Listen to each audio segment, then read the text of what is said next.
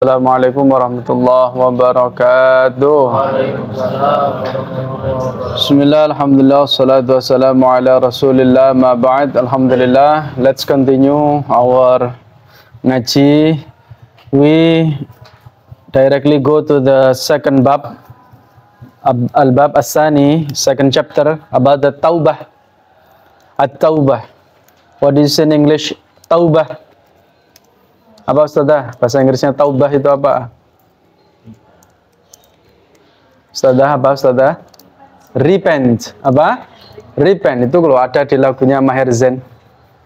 Ya. Kalau if you want to learn about the Islamic words easily, you can listen to the Maher Zain songs and then you try to learn from the lyric. There are so many easy words about the Islamic, like taubah, it means repent, repent to Allah, artinya taubat kepada Allah. If I ask you question, why we should do taubah, why we have to repent to Allah subhanahu wa ta'ala, even though you feel that you do not do big mistake, for example, big sin, but we still order to repent to Allah subhanahu wa ta'ala in our daily life. Why? Why we must repent to Allah? To clean our sin. Okay. Good. To clean our sin. Or to cleanse our sin. Because why? Because Rasulullah said, Kullu bani adama khata'un wa khairul khata'ina at-tawwabun. Every humankind makes mistake. And the best of mistake or wrong doer, orang yang berbuat salah, wrong doer, dari kata do, jadi doer, orang yang berbuat salah. Itu kalau Anda lihat live Imam Masjidil Haram, itu kan ada terjemahannya itu, ngajinya itu apa, imamnya itu kan ditranslate into English. Orang yang berdosa itu di situ diterjemahkan wrong doer. And the best of the wrong doer is the one who repents. Okay, is the one who repents to Allah subhanahu wa ta'ala. Every one of us, absolutely, we are not perfect. Maybe we unintentionally do a mistake, and Rasulullah said the best of the wrongdoer is the one who wants to repent to Allah subhanahu wa ta'ala. So that's why qala al-ulama, the scholars or Islamic scholars said at-taubatu wajibatun min kulli dhanbin. The repentance or the taubah is obligatory, is our obligation, min kulli dhanbin, from every sin. From every sin. Not only big, but also from the small. The small sin, small mistake, we unconsciously do it every day. Tanpa disadari kita melakukan perbuatan kecil.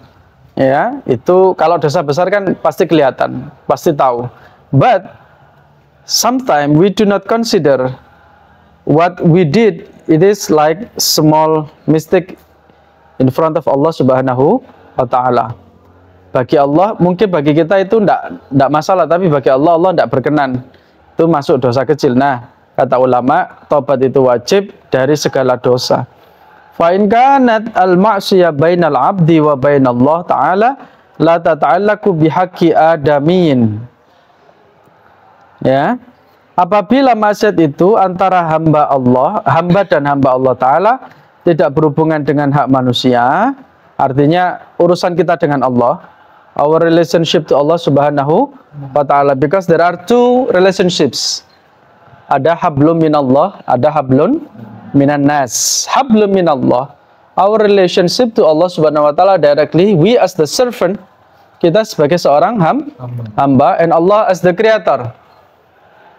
We have some obligations and Allah has the rights that to be fulfilled. Allah punya hak yang harus dipenuhi dan kita punya kewajiban yang harus dilakukan. Apa kewajiban kita kepada Allah? Ya beribadah. Wa ma khalaqtul jinna wal insa illa liya'budun. Ini ayat yang terkenal. Saya ulangi, apa? Wa ma khalaqtul jinna wal insa illa liya'budun. Apa artinya? Tidaklah aku menciptakan jin dan manusia kecuali untuk menyembahku. Nah, menurut ulama, inti dari ibadah itu adalah ma'rifatullah.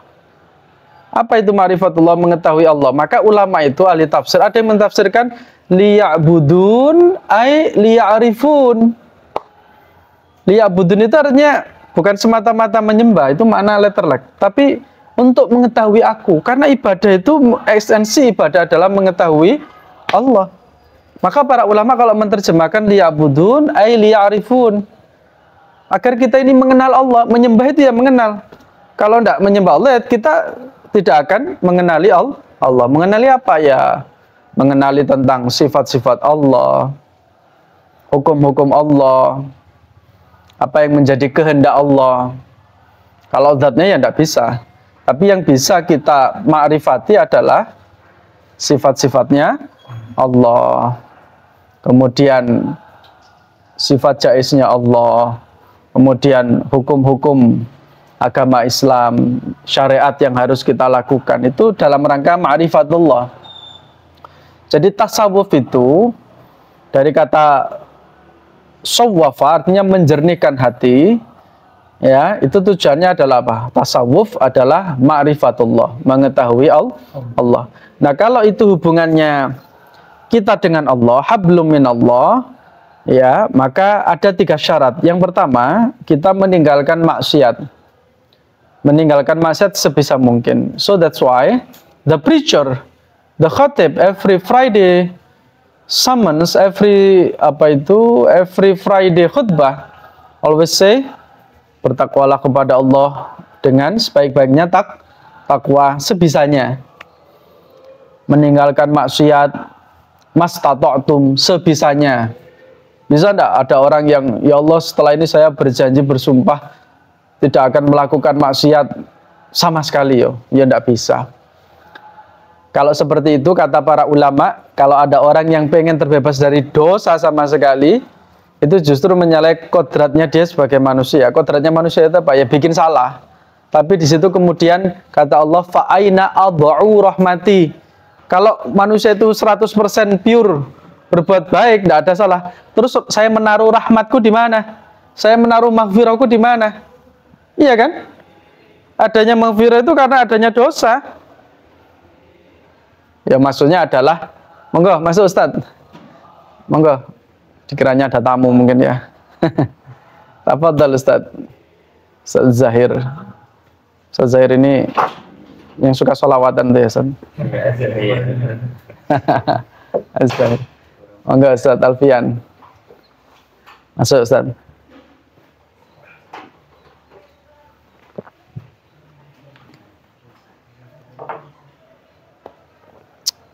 Ngopi ini biar tidak ngantuk, soalnya tadi subuh sudah mendampingi Syekh di Aqobah 4, ngaji rotok berat, menerjemahkan rotok berat, yang memikir ya, ngobrol dengan selama sekali, langsung ke sini. Saya hampir lupa kalau ngaji di AIS ini tadi, untuk diingatkan.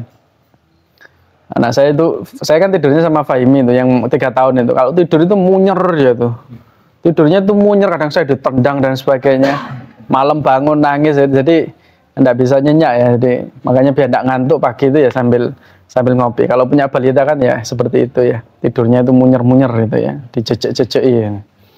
Nah, kita itu sebisa mungkin meninggalkan maksiat, tapi seandainya kita berbuat kesalahan, maka itu adalah sesuatu yang manusiawi, karena kita ini tidak maksum.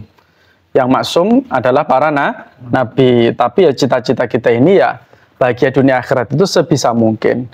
Kalaupun toh kita terlanjur melakukan dosa, baik disengaja maupun tidak disengaja, maka kata Allah, wa anibu, langsung kembali. Semakin kita menjauh, balik mana? Atau balik mana? Did you watch the viral video in Instagram? Ada musik fest itu, ada seorang wanita yang nangis, ternyata yang tampil ada talwi, Muhammadku, Muhammadku. Terus gimana itu lagunya? Dengarlah seruanku itu. Itu ada perempuan yang ya tidak menutup aurat, yang niatnya datang untuk melihat konser Fest, ternyata ada penampilan Haddad Alwi, dia bisa nangis. Dia bisa nangis, artinya hati nurani itu kecenderungannya itu adalah kepada kebaikan. Orang mungkin niatnya awalnya ingin lihat konser, ingin jingkrak-jingkrak, ingin happy-happy, ingin menikmati, apalah istilahnya anak Gen Z sekarang itu, mungkin me time, melepas penat. Tapi begitu ada Haddad Alwi nyanyi tentang ya Rasulullah, itu kan lagunya anak-anak. Tapi orang dewasa pun terketuk hatinya, dia bisa menangis. Artinya sejauh apapun kita menjauh dari agama dalam kondisi terpuruk apapun itu tidak bisa kita menafikan. Maka kata Gus Baha itu sering dikritik, Gus jenengan kok kompromi dengan orang-orang yang tidak menggunakan jilbab, pakaiannya terbuka auratnya. Kata Gus Baha apa? Iya, saya tidak setuju itu. Tapi ketika dia di masjid, dia berangkat ke masjid, dia benar. Nah, itu sesuatu yang lain. Dia melakukan ini, itu sesuatu yang lain. Tapi di sisi lain, dia mau sujud, mau ruku, itu adalah sesuatu yang juga harus kita benarkan. Nah, kesalahan fatal Wahabi itu adalah umat Islam, seorang Muslim apabila melakukan dosa besar, maka dihukumi kafir. Gitu loh. Padahal dia itu tidak menafikan la ilaha illallah. Maka spiritnya Rasulullah adalah yang keluar itu dimasukkan. Spiritnya Wahabi kebalik. Wahabi takfiri loh ya. Wahabi yang suka mengkafirkan, dia mengeluarkan yang ada di dalam. Nah, ini kan maka kata Rasulullah, syarru ummati al-khawarij. Sejelek-jelek umatku adalah al-khawarij. Wah, khawarij itu ya Wahabi, julukan lain. Dijuluki juga dengan mujassim atau mutajassim. Karena mengkiaskan Allah itu dengan fisik, ya. Mereka juga disebut dengan khawarij karena ya suka mengeluarkan itu dari kata kharaja yakhruju, artinya mengeluarkan. Kanjeng Nabi kan semua yang belum mukmin, yang masih kafir kan dimasukkan ke dalam Islam. Maka dulu itu ada ulama Mesir yang bernama Syekh Mutawalli Asy-Sya'rawi.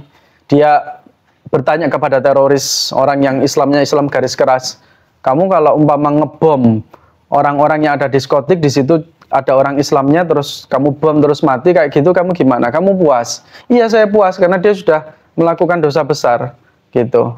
Tapi kamu tahu enggak nanti bagaimana ketika di akhirat dia menghadap Rasulullah? Apakah ini yang diharapkan Rasulullah, melihat umatnya meninggal dalam keadaan sul khotimah? Gitu. Dia enggak bisa jawab karena logikanya Wahabi itu sangat mudah sekali untuk dipatahkan.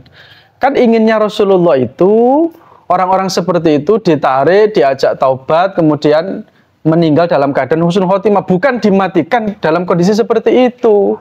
Nanti bagaimana pertanggungjawaban di hadapan Kanjeng Nabi? Umatku kok mau patah ini pas lagi dugem, kok gak pas, kok nggak diajak dulu untuk taubat, ya apa caranya? Maka pendakwah-pendakwah di klub malam itu berat. Kayak Gus Miftah waktu awal-awal dulu merintis karir pendakwah di tengah-tengah diskotik ketika lagi asik-asik ajeb-ajeb gitu ya, ternyata ada break, kita dengarkan sejenak tausiah. Loh kayak ngono iku ya apa? Lagi seru-serunya dugem terus break mendengarkan tausiah. Itu kan suatu yang luar biasa. Kayak Gusmi, ya kan? Gusmi yang terkenal itu dari Kediri dengan apa itu zikrul ghafilinnya. Nah, itulah manusia itu, dua sisi manusia. Tidak bisa kita mengharapkan orang baik terus itu ya tidak bisa. Harus ada apa istilahnya toleransi, ya, toleransi bahwa Allah itu ghafur. Maka Allah menyebut bukan hanya ghafir tapi ghafur. Ghafur itu mubalaghah. Mubalaghah itu apa ya nek bahasa Inggris? Degrees of comparison-nya itu yang paling tinggi, high level itu ya. Kan ada yang sama itu namanya apa? Komparatif ya. Positif ya. Kalau yang paling tinggi apa? Superlatif. Sangat maha ghafur, sangat banyak pengampunannya. Jadi seberapapun orang bermaksiat, Allah itu tetap apa istilahnya? Mengharapkan dia untuk kembali. Dan yang kedua, nek wis maksiat kudu menyesal, diiringi dengan an-nadamah, regret. Kok ada orang sudah jelas-jelas terang-terangan maksiat kok bangga? Ya tambah dosa. Kita semua dulu pernah melakukan kesalahan. All of us already made a mistake in our past. Tapi jangan diceritakan lagi. Nanti panjenengan kalau sudah menikah umpama atau dengan orang lain, yang lalu jangan diceritakan. Harus dikubur dalam aib. Aib itu ya dipendem, ojo malah di-up. Oh saya dulu loh zaman mahasiswa tahu ngene. Wes itu untuk diri kamu sendiri, jangan diceritakan. Tidak boleh Allah, kata para ulama, Allah saja menutup aib kamu, kok kamu malah membuka aib kamu diri sendiri, itu logikanya bagaimana? Berarti kan tidak menyesal. Tutup rapat-rapat, karena itu adalah aib. Aib itu seperti bangkai yang baunya itu harus dipendam, biar tidak bau, biar tidak kemana-mana. Yang ketiga, kalau sudah menyesal, ada niat, there is intention, strong willingness, untuk tidak kembali kepada maksiat itu. Yang namanya taubatan nasuha adalah berusaha untuk tidak mengulangi, tidak terperosok ke dalam lubang yang sama. Seperti keledai, bahkan ya keledai saja itu dikiaskan, dideskripsikan dia tidak akan mengulangi kesalahan yang sama. Nah, apabila salah satu dari 3 syarat itu tidak terpenuhi, maka taubatnya tidak sah. Jadi taubat itu betul-betul diterima apabila kita satu tadi, tidak mengulangi. Kemudian ada rasa penyesalan dan juga meninggalkan sebisa mungkin. Itu artinya taubat, itu artinya hijrah. Hijrah yang beneran itu ya kayak gitu. Ya. Tapi realita di perkotaan ya bagus lah, ada komunitas hijrah-hijrah itu bagus. Tapi jangan berhenti di situ. Tapi luar biasa loh, kayak Ustadz Hanan Ataki, efeknya itu luar biasa. Saya melihat statusnya anak-anak yang di Jakarta, di Jogja, itu kalau sudah ngadakan apa itu jenenge seminar, yang kebanyakan kan yang akhwat-akhwat ya. Oh wakai, dan itu di ballroom. Ballroom itu kan bukan lagi aula biasa, tapi yang aula yang besar. Di ballroom itu mereka membayar sekian demi untuk apa? Memotivasi. Jadi orang-orang zaman akhir sekarang kan tidak butuh yang berat-berat ya, tapi butuh apa? Motivasi hijrah kayak gitu untuk memperbaiki amalan keseharian yang ringan-ringan itu sudah bagus. Ustaz Abdul Somad, tidak apa-apa, memang harus ada yang di level itu gitu loh.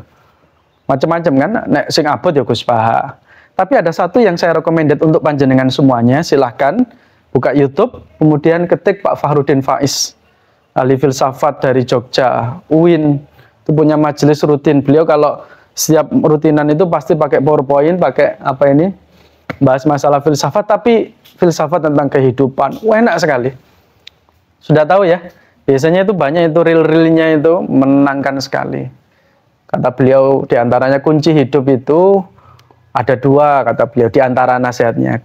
Tahu diri dan tahu batas. Nah itu kan simpel tapi mengena.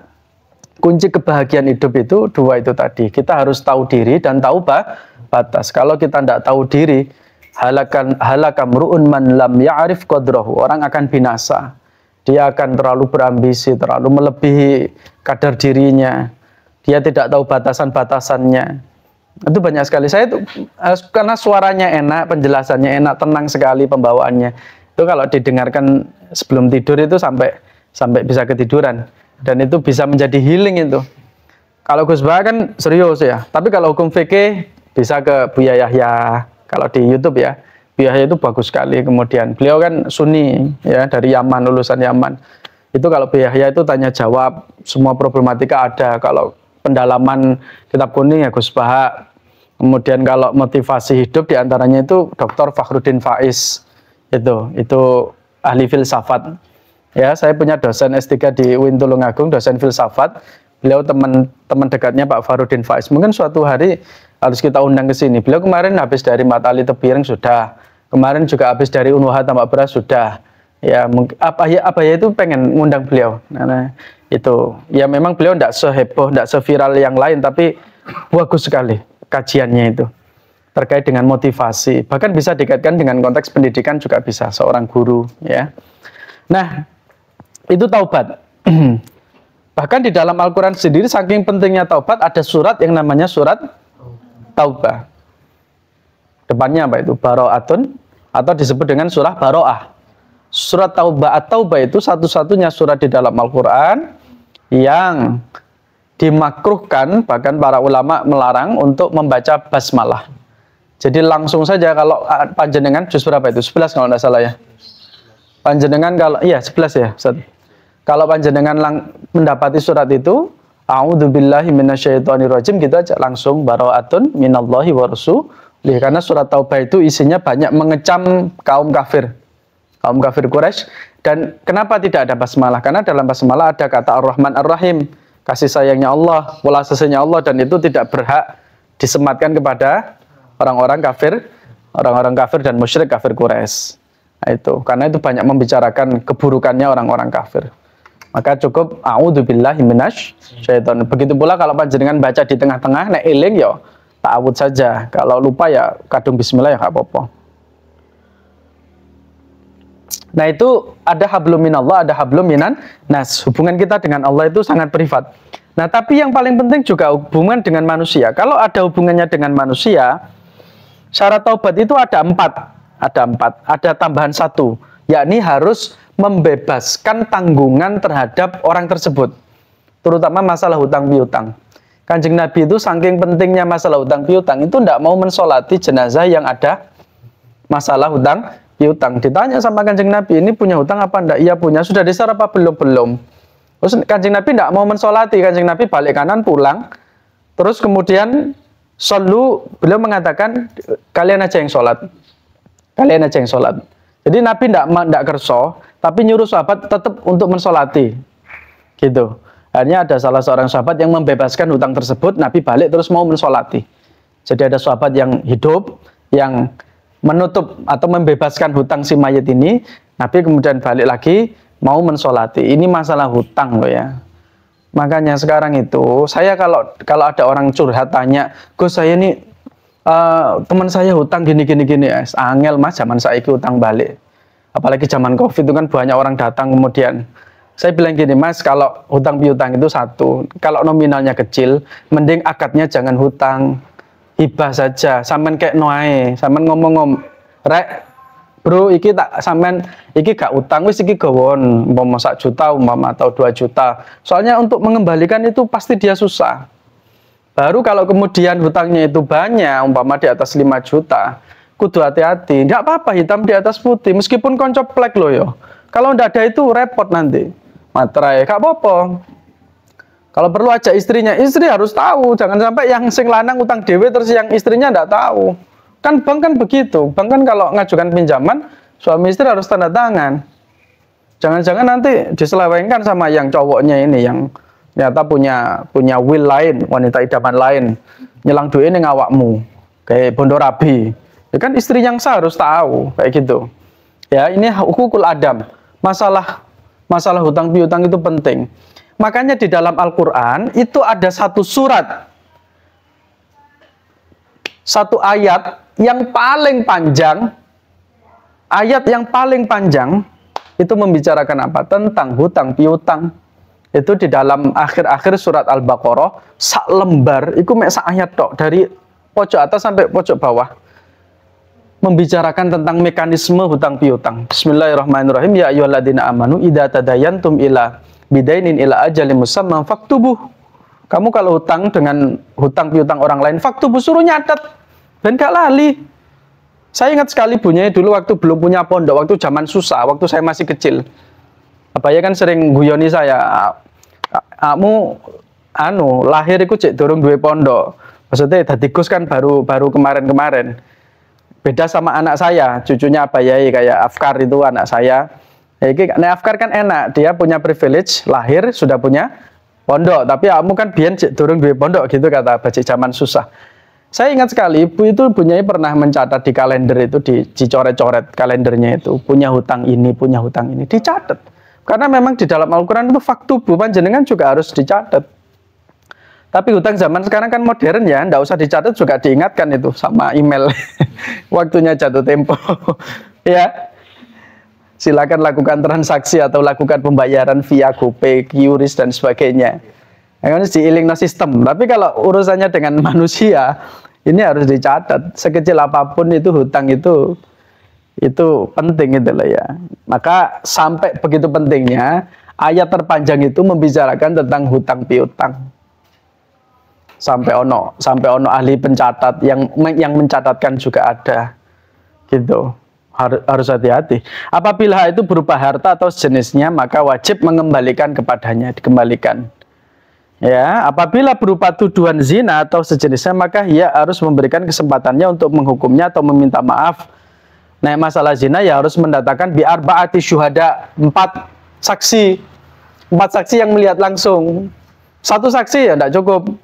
Ini Kalau hukum Islam loh ya, hukum Islam.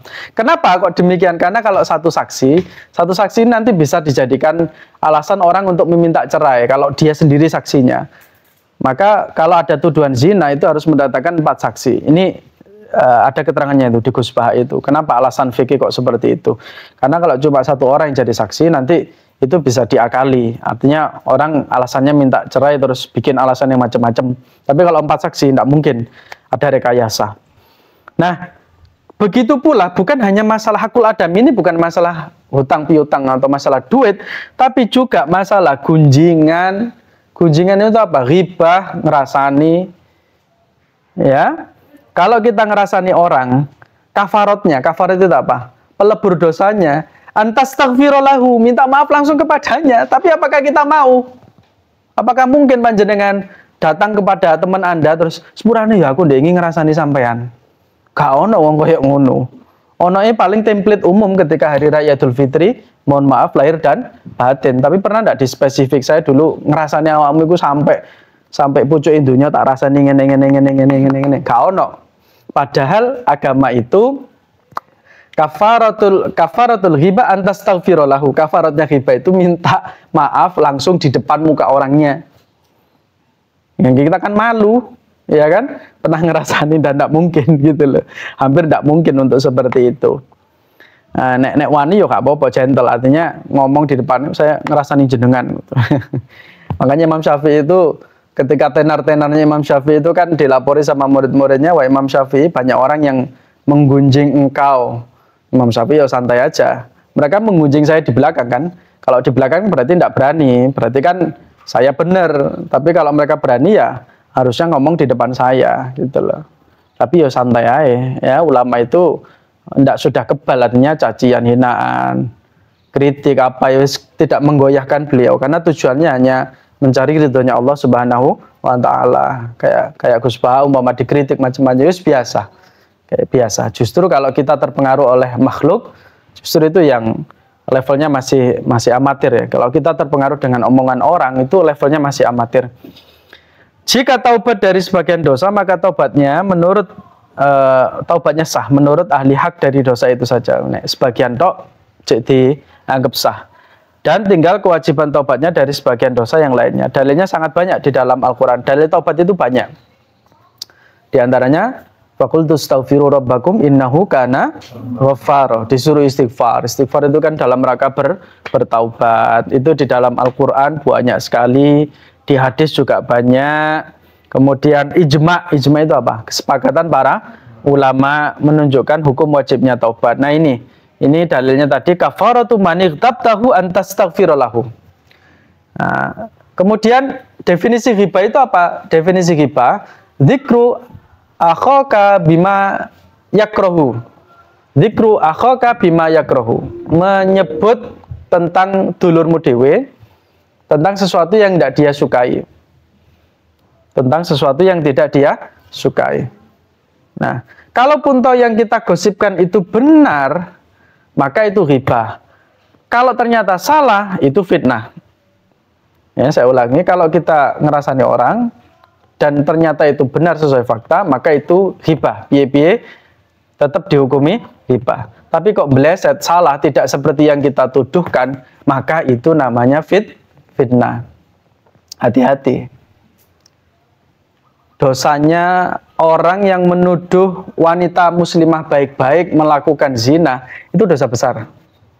Tapi sekarang kan orang tidak disadari, netizen itu ada artis umpama, ini jangan-jangan selingkuh atau jangan-jangan sudah kumpul kebo bla bla. Itu kan sudah jatuhnya itu qadzaf itu. Qadzaf itu menuduh tanpa dia sadari. Ngeri.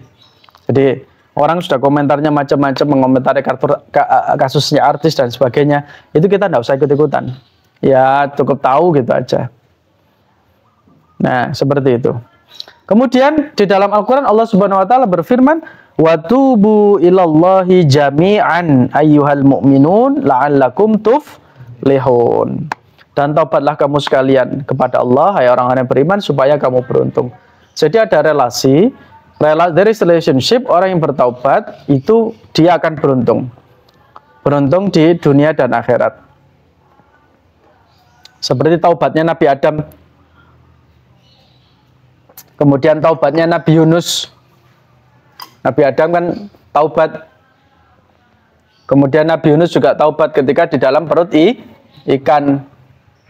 Taubatnya Nabi Yunus itu bagaimana? La ilaha illa anta subhanaka inni kuntu minadz dzalimin, itu terus yang dibaca.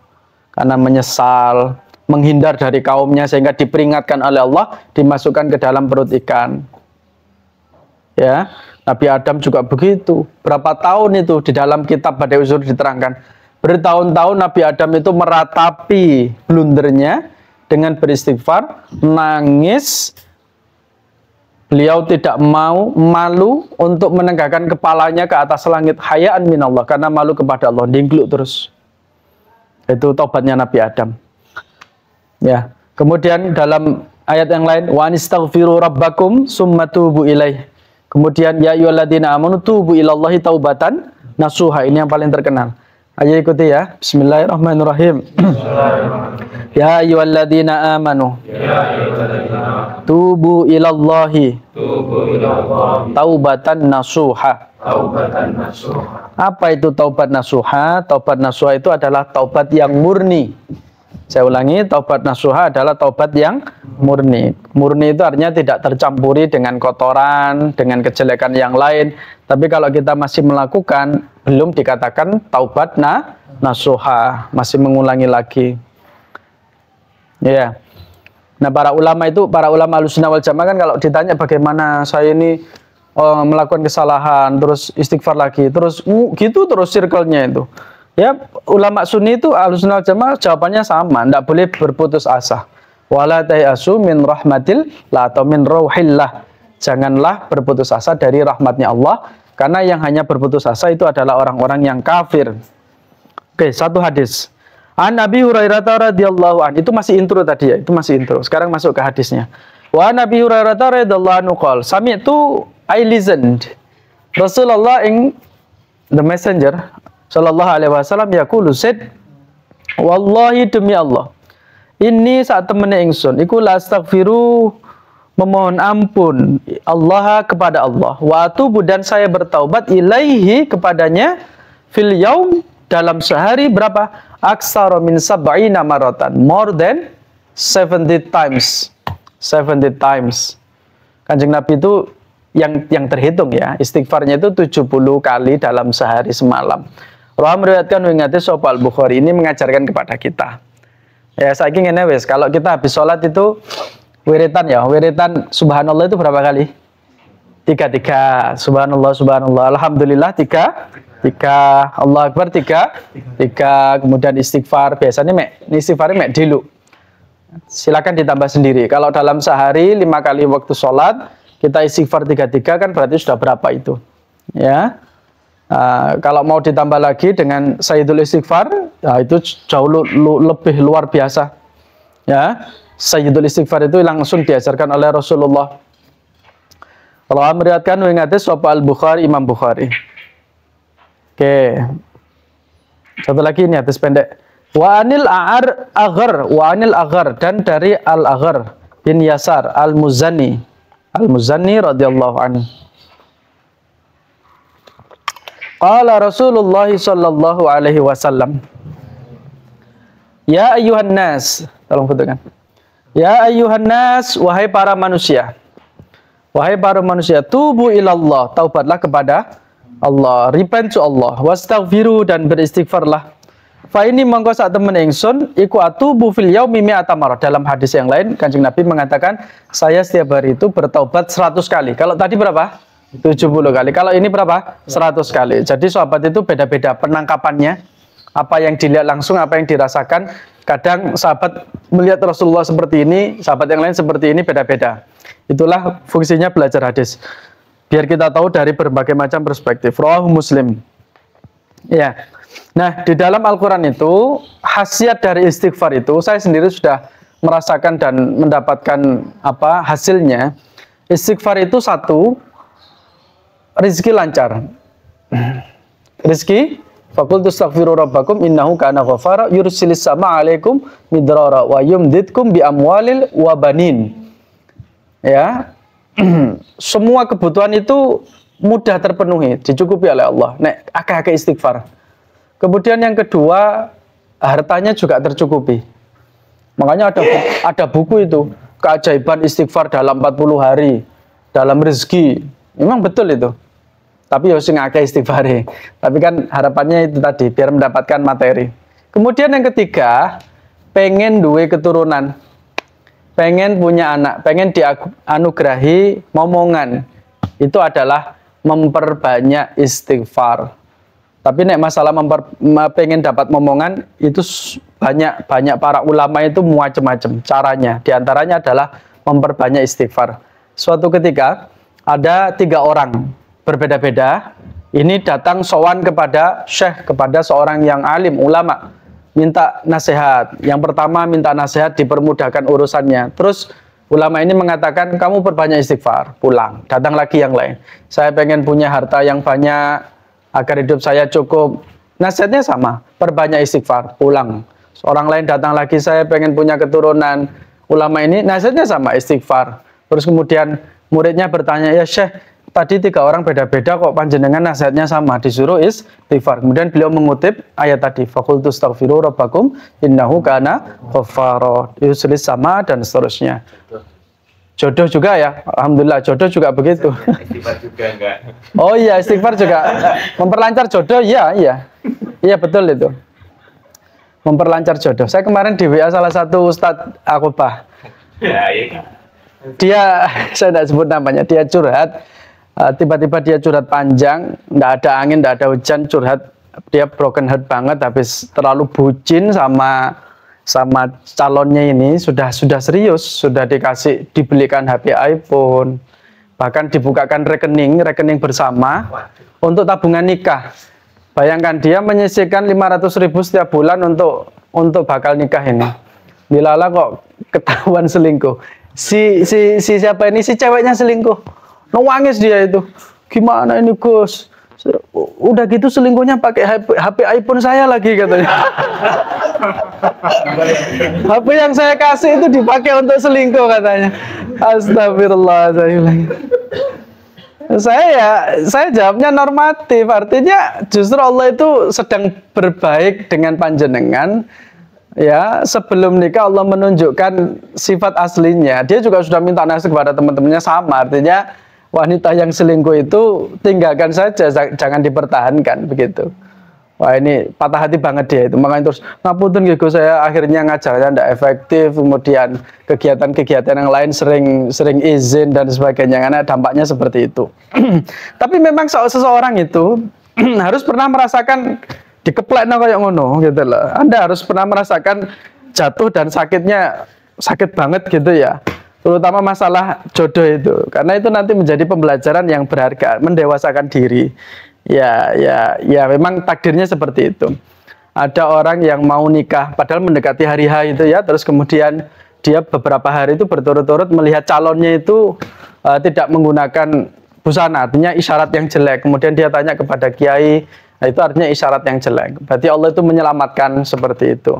Nah artinya, kalau kita berdoa sungguh-sungguh kepada Allah, memperbanyak istighfar, memperbanyak sholawat, itu nanti insya Allah dicarikan jodoh yang baik. Nah, tentu dengan usaha ikhtiar, dhahiran wa batinan, lahir dan batin. Salah satunya dengan banyak berzikir dan banyak beristighfar. Seperti itu. Ini tadi saya tiba-tiba ingat curhatannya seperti itu ya.